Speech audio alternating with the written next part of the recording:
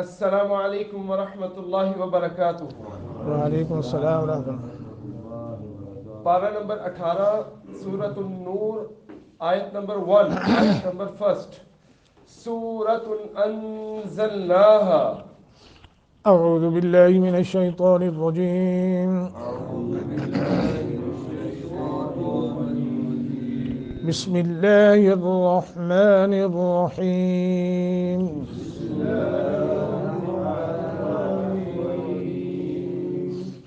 سورۃ انزلناہا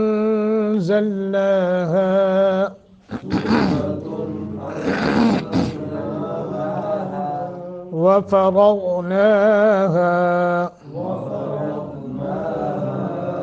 وأنزلنا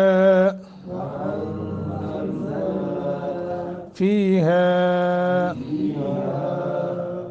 آيات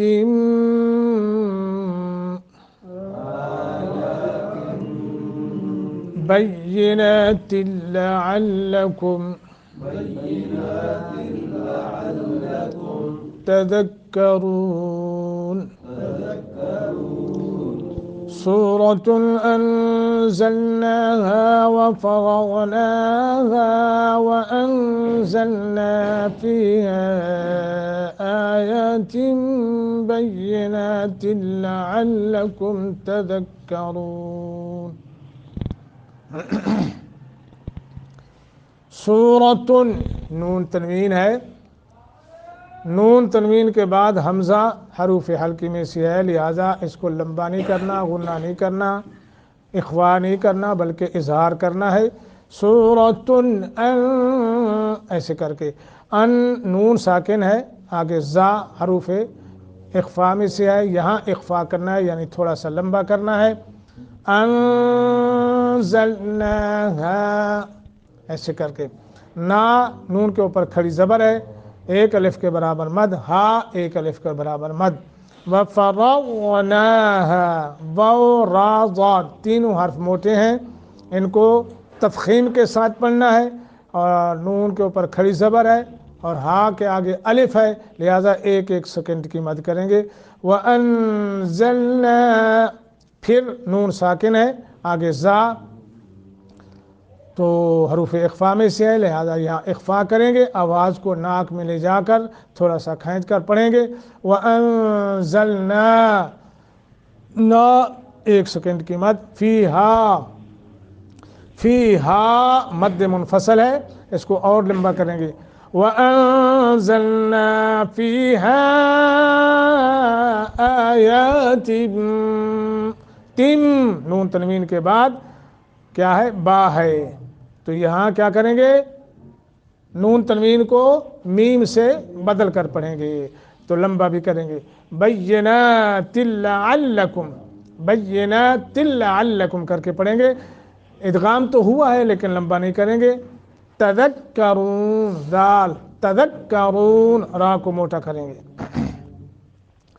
سورۃ، یہ سورت ہے، انزلناہا، ہم نے اسے نازل کیا ہے، وفرضناہا، اور ہم نے اس کے احکام کو فرض کیا ہے، وانزلنا، اور ہم نے نازل کی، فیہا اس میں، آیات آیتیں نشانی، بینات واضح، لعلکم تاکہ تم، تذکرون نصیحت حاصل کرو۔ اس صورت کے متعلق چند باتیں اہم ہیں جو میں آپ کے سامنے رکھنا چاہتا ہوں۔ ہمارے سامنے جو مفسر ہیں انہوں نے بھی لکھا ہے، باقی دیگر مفسرین نے بھی لکھا ہے، لیکن اس سے پہلے ایک تجوید کے حوالے سے بھی آپ کو عرض کرتا ہوں کہ ہم نے الحمدللہ کئی بار یہ پہلے بھی عرض کیا ہے کہ آج ہم اللہ کے فضل و کرم سے اپنی ابتدا جو کی ہے وہ اعوذ باللہ سے کی ہے، تو یہ ایک سوال ہے، آپ لوگوں کو اگر یاد ہے تو بتا دیجئے۔ جی ڈاکٹر صاحب،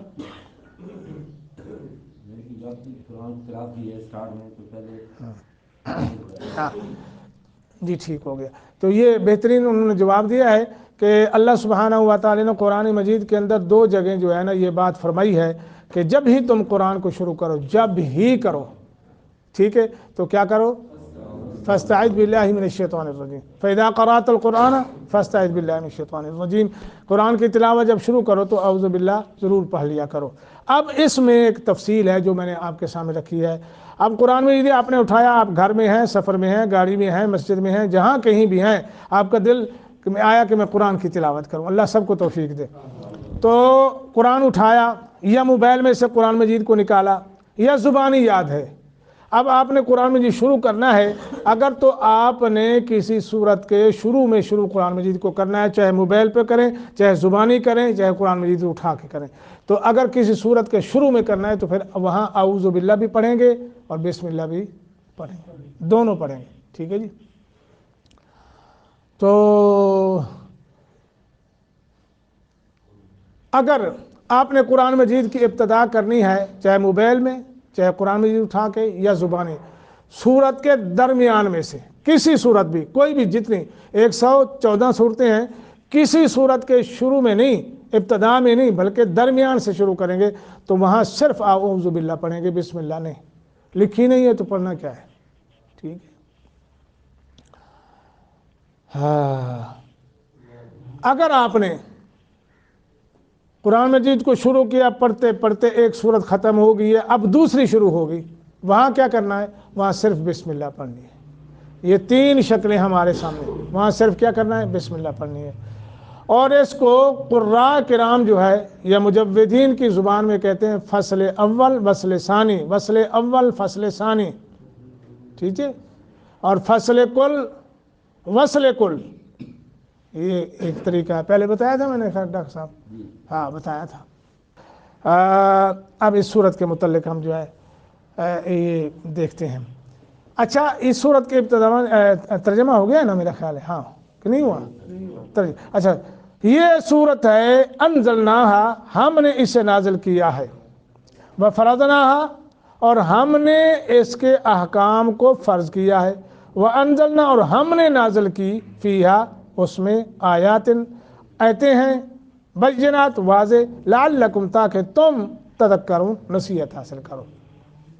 کوئی سوال ذہن میں آ گیا آپ کے کہ اللہ فرماتے ہیں یہ صورت ہے جسے ہم نے نازل کیا, باقی صورتوں کو اللہ نے نازل نہیں کیا؟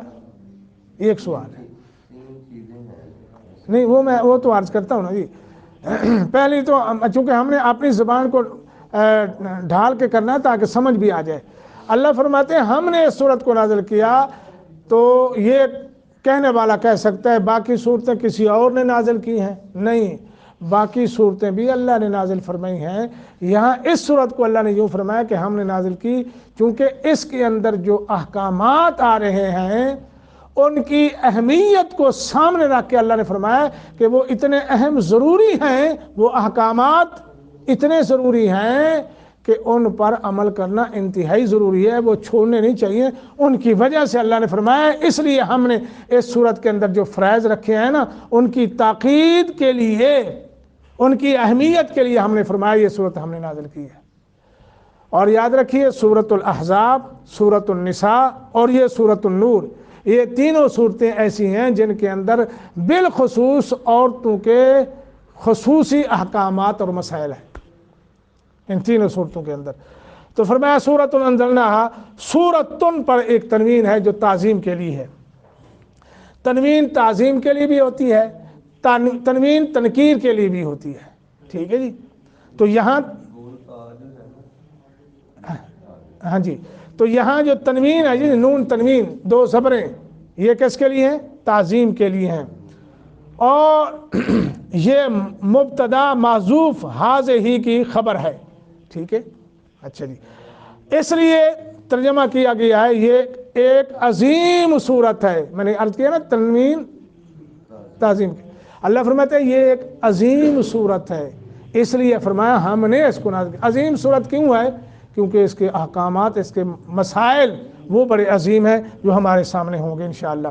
انزلناہا, ہم نے اسے نازل کیا. اللہ فرماتے ہیں ہم نے اسے نازل کیا. اللہ تو احد ہے. قل هو اللہ احد, اللہ تو اکیلا نہیں ہے, اللہ تو ایک ہے نا جی. ہے جی بزرگوں, یہ اس لیے عرض کر رہا ہوں چونکہ سارے اقبال رمضان جیسے ڈاکٹر صاحب جیسے تو علم والے لوگ نہیں ہیں نا, کچھ میرے جیسے بھی ہیں نا ان کو سمجھ آ جائے. اللہ واحد ہے. یہاں فرماتا ہے ہم تو ڈھیر سارے ہوتے ہیں. اللہ اکبر. اس کا جواب یہ ہے کہ یہاں اللہ تعالیٰ نے اپنی عظمت کے اظہار کے لیے اپنا ذکر جو ہے وہ جمع متکلم کے صیغے کے ساتھ فرمایا ہے. اللہ کی عظمت میں کوئی شک ہے؟ اللہ تو بہت بڑی عظمت، اللہ بہت بڑا ہے. سبحان ربی العظیم، سبحان ربی العظیم نماز میں پڑھتے ہیں نا، اس کا کیا مطلب ہے؟ پاک ہے میرا رب جو بہت عظیم ہے، بہت بڑا ہے. اللہ سے بڑھ کر کوئی ہے ہی نہیں. اس لیے اللہ نے یہاں اپنی عظمت کے اظہار کے لیے اپنا ذکر جو ہے، ذکر نہیں ہوتا، جمع متکلم کے صیغے کے ساتھ فرمایا.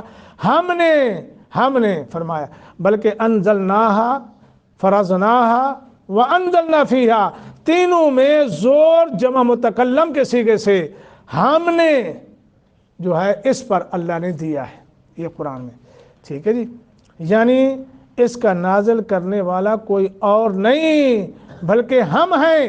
اس لیے اسے کسی بے اختیار یا واز کی بات سمجھ کر ہلکا نہ سمجھ بیٹھنا، بلکہ خوب جان لو کہ اس کا نازل کرنے والا وہ ہے جس کی مٹھی میں ساری کائنات ہے، جو ہر جاندار کی پیشانی پکڑے ہوئے ہے، اور تم مر کر بھی اس کی گرفت سے نہیں نکل سکتے. یہ ہے وہ اللہ کی عظمت، ہے کہ نہیں؟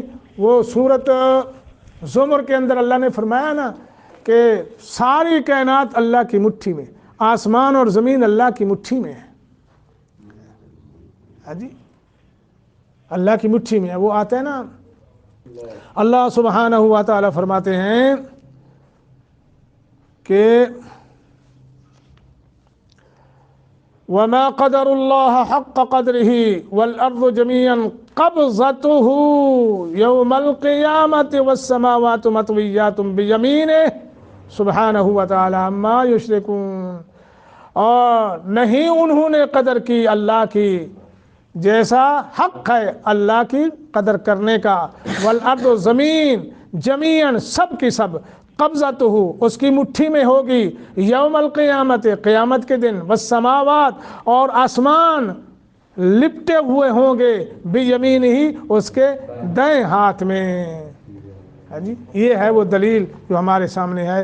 تو اس لیے ہاں اللہ اکبر، اللہ نے یہاں اپنی عظمت کا اظہار فرمایا، اور ساتھ ہی اللہ نے تنبیہ بھی فرما دی، تنبیہ متنبہ فرما دیا کہ دیکھو لوگو، کہیں ایسا نہ ہو کہ کسی بے اختیار واعظ کی بات سمجھ کر ہلکا نہ سمجھ بیٹھنا اس صورت کو، ان احکامات کو، اللہ کی عظمت کو. اور خوب جان لو کہ اس کا نازل کرنے والا وہ ہے جس کی مٹھی میں ساری کائنات ہے، جو ہر جاندار کی پیشانی پکڑے ہوئے ہے. تم مرنے کے بعد بھی اللہ کی گرفت سے بچ نہیں سکتے. چلیے جی، بس آج کا یہ سبق ہے. اس صورت کے متعلق بہت ساری باتیں ہیں جو ضروری ہیں، وہ انشاءاللہ میں جب تک پوری نہیں کروں گا آگے نہیں چلوں گا.